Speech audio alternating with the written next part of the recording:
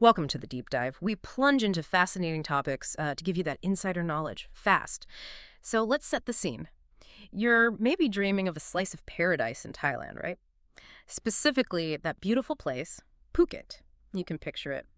A luxurious villa, sun-drenched beaches, the turquoise Andaman Sea, just steps away. It's an incredibly alluring vision for so many people. A real postcard-perfect escape. Promises serenity, luxury. But, like with many dreams involving international investment, there's a crucial layer of reality we need to explore. Our mission today: navigating the often complex world of property ownership for foreigners in Thailand. Because while that vision of the Phuket villa is vivid, actually getting your hands on land or a standalone house isn't always quite so simple. There are specific legal paths and, frankly, some significant pitfalls to understand. Exactly. And our goal for this deep dive is really to pull out the most important bits of knowledge. The legalities, the potential traps, the legitimate ways foreigners can acquire property. We want to give you a shortcut, basically. Help you get truly well-informed without getting lost in all the jargon. Yeah, avoid the legal swamp. Right. It's about clarity, actionable insight, and making sure that dream doesn't sour. And to guide us through this whole intricate landscape, we're drawing from a really insightful article. It's called Phuket Property Ownership: Corporate and Alternative Paths. Now, this isn't just any article. It comes straight from Ocean Worldwide. They're a luxury real estate agency, and they've been based right there in Phuket since 2004. That's right. A long time on the ground. And their director, Sandra O'Neill, she's personally helped literally thousands of families and investors over the years. So they have this incredible wealth of practical, real-world experience. Decades of it. And it's important to know, Ocean Worldwide focuses specifically on luxury residential real estate. In Phuket, yes, but also Koh Samui. So their insights are super relevant, very authoritative on this exact topic. They really know their stuff for that high-end market. So for you listening, this deep dive is more than just info. It's like a strategic advantage. It's a way to grasp the crucial details, hopefully avoid those common pitfalls that can cost you big-time money. And headaches. Lots of headaches. Yeah, definitely. And ultimately make truly informed decisions about investing in, well, one of the world's most desirable spots. Okay, so let's unpack this. The dream for many, it's that villa, maybe a plot of land.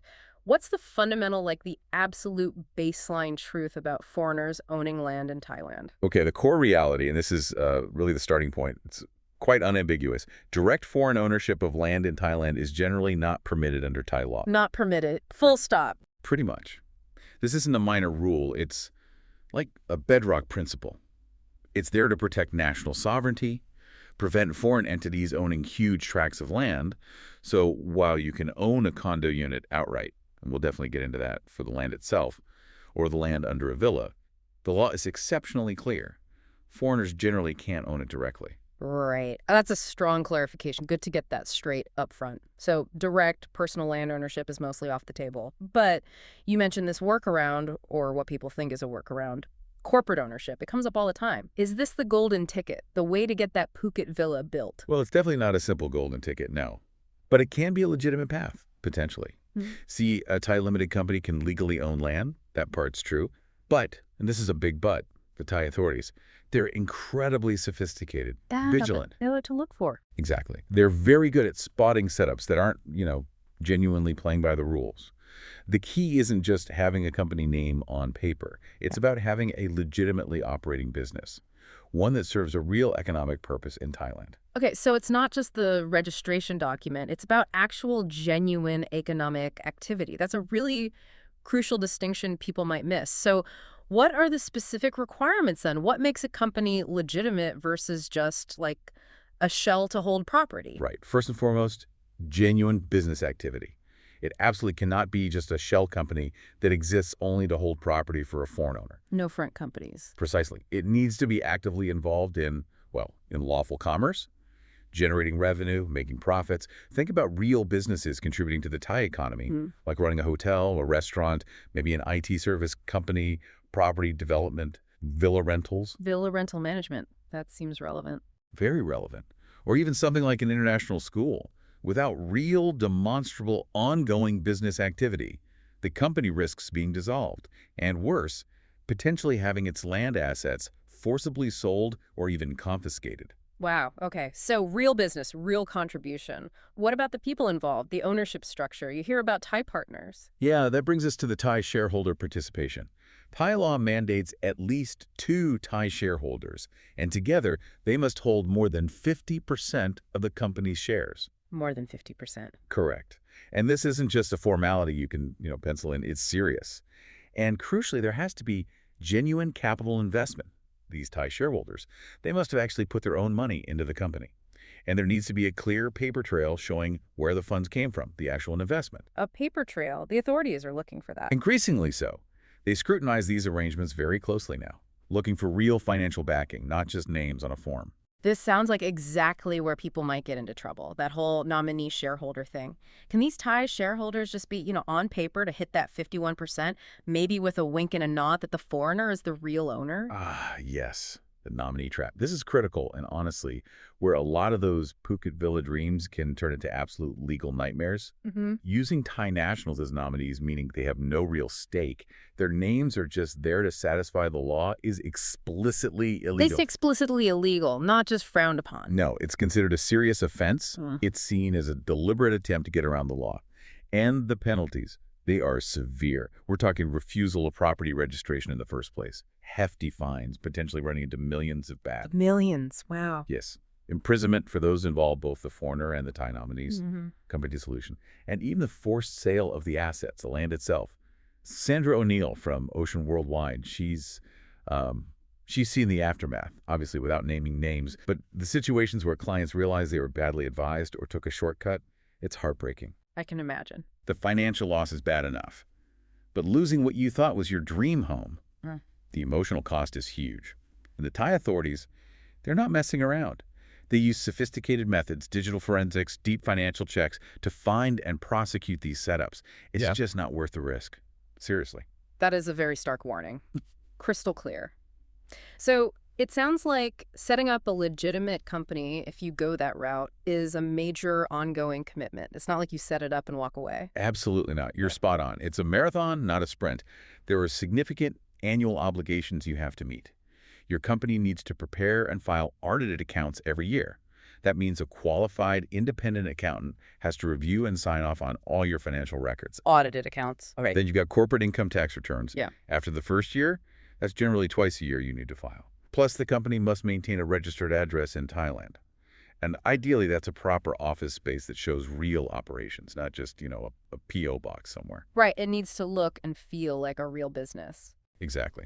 And there's another slightly subtle but very important tax point. Okay. If you, as a company director or shareholder, live in a property the company owns, but you don't pay market rate rent. Ah, like living in the villa yourself. Precisely. That's treated as a benefit in kind. Essentially, the Thai tax authorities see the value of that free accommodation as taxable income to you personally. So you could be liable for personal income tax on whatever the market rental value of that villa would be. So it's like getting paid extra salary, but in the form of housing. That's a detail I bet a lot of people miss that could add up significantly. It absolutely can. It's often overlooked, but can lead to unexpected tax bills down the line. Okay, so given all these complexities, the risks with nominees, the ongoing admin for a Thai company, some people might think, what about an offshore company? Registering somewhere else. Does using, say, a BVI company or something similar offer a simpler solution for owning property in Phuket? Seems like a logical question.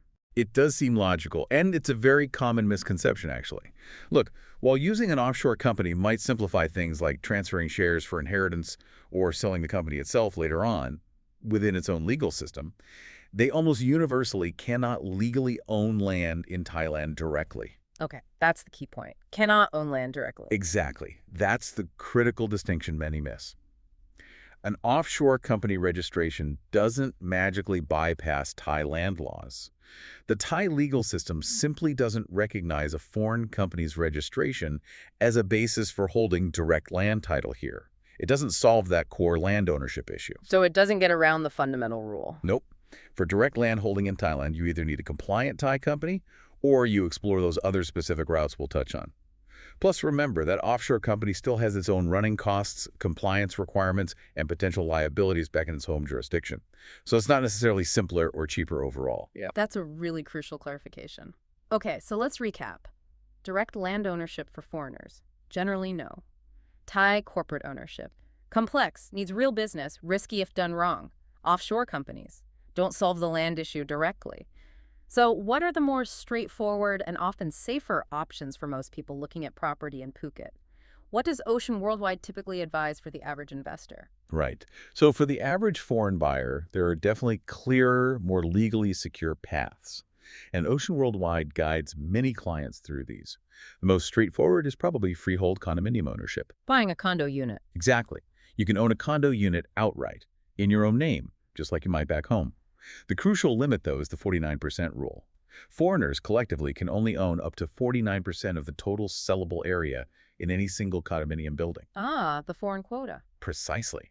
So if you're interested in a condo, job one is confirming that the building actually has foreign quota available for sale. Makes sense. What about villas, if direct land ownership is out? For villas, a very common and legally sound approach is leasing the land. Leasing. Okay. Foreigners can lease land for long periods. Typically, it's 30 years initially. But crucially, these leases often come with pre-agreed renewal options. These can potentially extend the total term significantly, sometimes up to 90 years in total, like 30 plus 30 plus 30. 90 years is a long time. It is. And then you, the foreigner, can own the actual villa, the structure, the house that's built on that leased land. The absolute key here, though, is a solid, well-drafted lease agreement. What makes it solid? Good question. It needs to be properly registered with the official land department. That gives it legal standing. It needs clear, unambiguous terms about renewals, and it must protect your rights to the building itself, even if the land lease eventually expires way down the line. A well-structured lease like this provides really robust legal security for your investment in the villa. So you own the building, lease the land long term. That sounds much clearer. It generally is. And just quickly, legitimate company structures, whether Thai or potentially offshore, used correctly for other investments, can sometimes provide a buffer against personal legal liabilities. Debts or claims might go against the company, not you personally. But again, only if that structure is set up correctly and legitimately for its primary purpose, not just as a disguised land-holding vehicle. Right. Got it. So condos and long-term leases are the main pragmatic paths for most people. But just to cover all bases, are there any ways at all for a foreigner to directly own land in Thailand outright, without the company structures or leases, maybe for someone with very deep pockets? Yes, there are. But these are quite specific and typically reserved for individuals making significant capital investments into Thailand. It's an investment-based land acquisition route. You need to meet a pretty high investment threshold. Currently, that's set at 40 million Thai baht. 40 million baht. Okay, that's substantial. It is. And this investment has to be channeled into specific government-approved areas or schemes. It's not just bring 40 million baht and buy any land you like. It's a targeted incentive program for a significant foreign capital injection. Okay, 40 million baht invested in specific ways. What kind of investments qualify for this direct land ownership possibility? Well, one route is purchasing certain types of bonds. Thai government bonds, Bank of Thailand bonds, or bonds issued by state-owned enterprises. Yeah. The key condition here is that you have to maintain this investment for at least 5 years. It demonstrates a longer-term commitment to the Thai economy. 5 years holding government bonds. Okay. Any other way? Yes, the other main path is investing that 40 million baht into the share capital of a company that has received investment promotion status from the Board of Investment, the BOI. Ah, the BOI. You hear about that? Right. Under specific BOI schemes, the company itself can be granted permission to own land. And crucially, under some BOI structures, the foreign investor can actually maintain majority control of this Thai company, including its land assets. So the BOI route can allow foreign control of a land-owning Thai company. Correct, provided it meets all the BOI criteria Yeah. and maintains its promoted business activity. This is a significant exception to the general rule about Thai majority ownership, but there's a catch. If that BOI promoted business activity ceases, those special land ownership rights can be revoked. So ongoing compliance with the BOI's terms is absolutely essential. Okay, interesting. High bar, but a potential path for major investors. Now, stepping back a bit, beyond just the structure of ownership, what about taxes? What broad tax implications should people be aware of when they're thinking about property deals in Phuket? It's not just buying, right? It's holding, renting, selling. Absolutely. Taxes are a critical piece of the puzzle, and they can really impact your overall financial outcome. One really significant difference relates to stamp duty on sale. Okay. If you own a property as an individual, directly say a condo or maybe that building on leased land, and you sell it after holding it for at least 5 years. The stamp duty is relatively low. It's 0.5% of the sale price or appraised value, whichever is higher. 0.5%. Right. But if that same property is owned by a company, when the company sells the property, the stamp duty jumps significantly. It goes up to 3.3%. Wow, 0.5% versus 3.3%. That's a big difference, especially on a luxury property in Phuket. Exactly. On a multi-million baht property, that difference is substantial. It can seriously eat into your profits or increase your costs, depending on who pays. It's a major consideration for choosing the ownership structure. What else on the tax front? Well, if the property is owned by a company and it generates rental income, that income is subject to corporate income tax at the prevailing rates in Thailand. That obviously reduces your net return from rentals. Standard corporate tax on income makes sense. And then, as we touched on before, that benefit in kind issue.